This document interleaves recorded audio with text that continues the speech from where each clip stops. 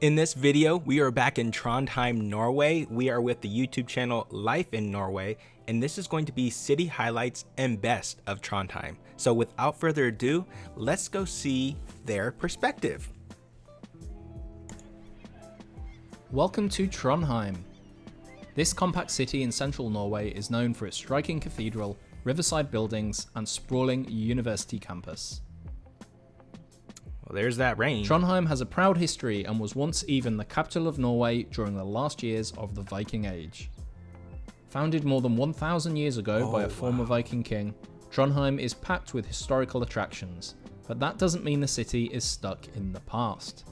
There's plenty going on thanks to the large student population and vibrant technology industry.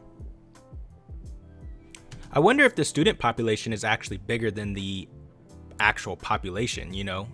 I never even thought about that, but I like that picture or the video it was showing inside that cathedral. Oh boy, that stuff is magnificent to me. I moved to Trondheim in 2013, and although it took me a little while to really get to know the city, I am now proud to call Trondheim my home. In this video, I'll show you around some of the city's highlights, including Nidaros Cathedral, the Old Town Bridge and Bucklander neighbourhood, the Market Square, the Fortress, and the tram journey into the city forest. So whether you're visiting for just a few hours on a cruise ship, staying for a weekend break, or you're basing yourself in the city as part of a longer road or train trip around Norway, keep watching for my recommendations of what to see and do in Trondheim. I feel like there's a ton of parades all the time Nidaros Cathedral. I will start with the city's most famous landmark. When I first moved to Trondheim, a friend of mine said, Trondheim is a small town with a big church. He was not wrong.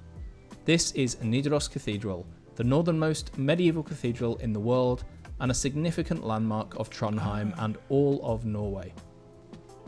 Not just a popular tourist spot, it's also an important pilgrimage site, with the St. Olav's ways that snake across Scandinavia all ending here.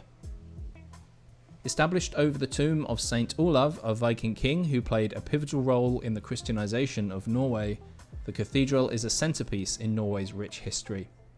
So that little figurine it was showing, anytime we go somewhere, we always get like a figurine like that, and then so we have a collection of those type of things. That the church, how they had it, that's probably the one I would get. That 100%. Its design stands out against Trondheim's low-rise cityscape, and it's especially well known for its intricate west front. Restored between 1905 and 1983 in what was Norway's longest ever art project, this facade, featuring numerous historical and religious figures, is an iconic image of the city. Wow. The cathedral's interior is surprisingly spacious, brimming with intricate details such as this stunning rose window, the main altar set within an octagonal shrine, and a beautiful baptismal font intricately decorated with scenes from scripture. While inside the cathedral, take a moment to appreciate the memorials, including the Chapel of Gratitude dedicated to Saint Olav and the cathedral's many other side chapels. What are those stones The crypt for? is another must visit, housing a fascinating collection of marble gravestones. Despite its ancient beginnings, restoration of the cathedral continues to this day, proving the commitment to preserving this historical monument. It's like it'll last forever, it almost The Archbishop's seems like. Palace. While you're at Nidaros Cathedral, the adjacent Archbishop's Palace Museum and Royal Regalia are easily accessible with a combined ticket and well worth a visit. They add a deeper layer of understanding to the Nidaros experience. The I couldn't Archbishop's imagine Palace was what it built would be in the like. 12th century and was expanded several times over the years. Throughout its long life, it acted as the residence of some of Norway's most powerful people and as a military site, but today it houses a museum telling the story of Nidaros through the ages. Almost reminds me of Harry Potter's Sculptures saved castle. from the original building and archaeological discoveries from the site throughout the years are among the highlights, as is the former mint. Oh my Personally, goodness. I find the museum just as interesting as the cathedral. Another highlight that many people miss is Norway's crown regalia, which includes the crowns of the king, queen and crown prince, together with ceremonial robes and a history of the Norwegian royal family, but unfortunately filming here is not allowed. I wonder why. The Old Town Bridge. The river Nidelva skirts the cathedral and Archbishop's Palace and loops around almost the entirety of the city centre. The most famous of all the bridges that cross the river is the Old Town Bridge, which provides a picturesque gateway to the Bucklander neighbourhood.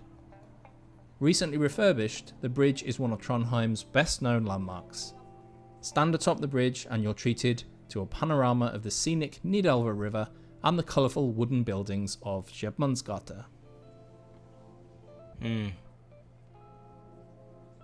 Bucklander. Taking a leisurely walk through the narrow cobblestone streets of Bucklander is a journey through Trondheim's past. The area is adorned with timber buildings in cheerful hues, exuding a nostalgic charm. This place just seems so quiet.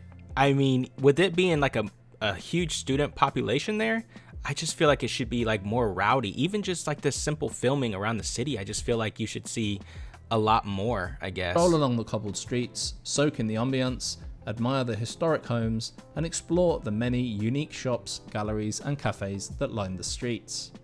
If you're looking for a place to stop for coffee while in Trondheim, this is it.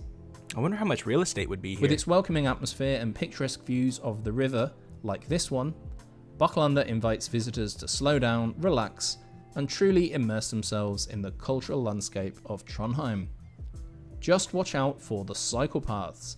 Locals use this route as a shortcut, and it's one of the busiest cycle routes in the city. I thought he meant psychopaths. Trondheim Market Square. Large public squares are a common feature of many European city centres, and Trondheim is no exception. Torvet, Trondheim's Market Square, has been a focal point of city life since the reconstruction that followed the Great Fire of the 17th century. The square is well known for the statue of city founder Olav Tryggvason. Today, the square hosts many public events, including food markets and the annual Christmas market. Regardless Christmas of whether market. there is snow or not, the Christmas market guarantees a festive atmosphere and is considered one of the best in Norway. Throughout the year, the permanent stage on the square hosts live music and public gatherings. Trondheim's Royal Residence.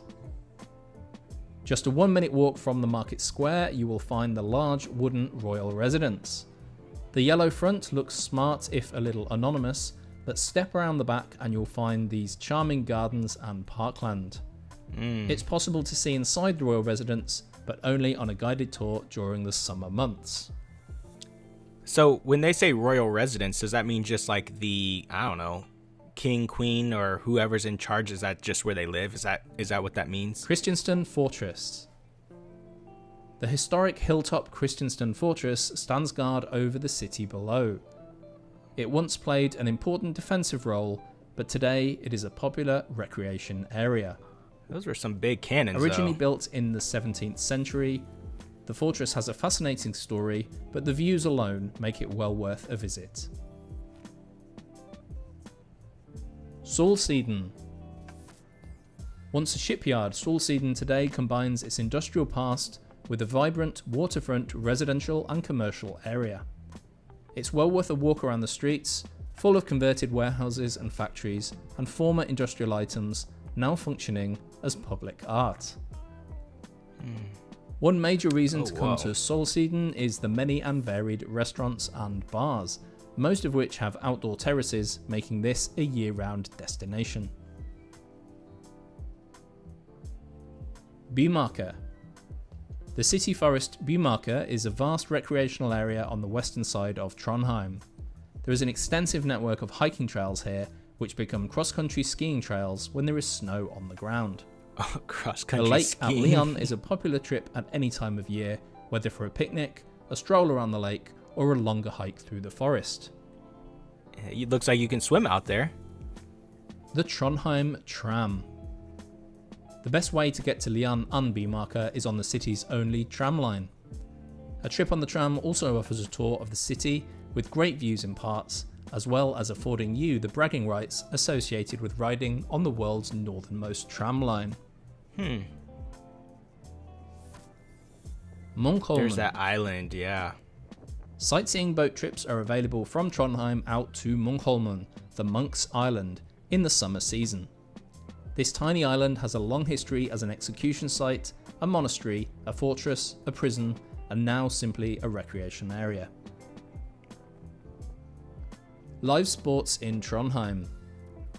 This is the Lerkendal Stadium, one of the biggest football stadiums in Norway, and home to local club Rosenborg. Although traditionally one of Norway's biggest clubs, Rosenborg have struggled in recent years. Trondheim is also... I don't know anything about like Norwegian soccer, so I don't know the divisions and whatnot. I don't know if this is like the highest one, but I think playing for a team over in Europe, even if it's a smaller one, would be like one of the coolest things ever. Home to high-level handball teams and an ice hockey team, among other sports clubs that you can check out while you're in the city. So it was great to see this perspective on Trondheim, because it's not only seeing the same, places and whatnot, but you see different things and from their perspective, like seeing the cathedral, Nidros, I think that's how you say it, or what it was called. The last video, I think they didn't show any of the footage inside of it. So seeing that stained glass, I've always had like a special place in my heart for stained glass. I just loved it, and the colors on that was magnificent. I was not expecting that at all, so it was really nice to see that. I'm excited for the next one, so that's all I have for this video.